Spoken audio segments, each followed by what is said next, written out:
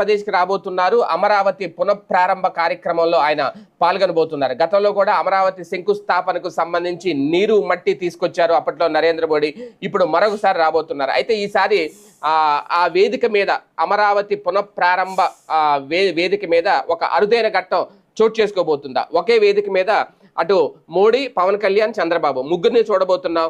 వాళ్ళతో పాటు జగన్మోహన్ రెడ్డిని కూడా చూసే అవకాశం ఉందా అనేది ఇక్కడ కీలకమైన విషయం. ఎందుకంటే ఈ అమరావతి ప్రారంభోత్సవానికి సంబంధించి పునఃప్రారంభోత్సవానికి సంబంధించి కూటమి ప్రభుత్వం చంద్రబాబు నాయుడు గారు జగన్మోహన్ రెడ్డిని కూడా ఆహ్వానిస్తున్నారు. ఎందుకంటే మాజీ ముఖ్యమంత్రి హోదాలో లేదంటే ప్రతిపక్ష నాయకుడు హోదాలో ఆయన ప్రస్తుతం రాష్ట్రంలో విపక్ష నేతగా ఉన్నారు, ప్రతిపక్ష నేతగా ఉన్నారు. కాబట్టి ఆయన్ని కూడా ఇప్పుడు ఆ రాష్ట్ర రాజధాని పునఃప్రారంభోత్సవానికి సంబంధించి ఆయన్ని ఆహ్వానిస్తున్నారు. ఆయన వెళ్తారా లేదా అనేది ఇక్కడ కీలకం. కాకపోతే ఆహ్వానం అయితే పంపిస్తున్నారు. ఎందుకంటే రాజకీయాల్లో ఎప్పుడు శాశ్వత శత్రువులు కానీ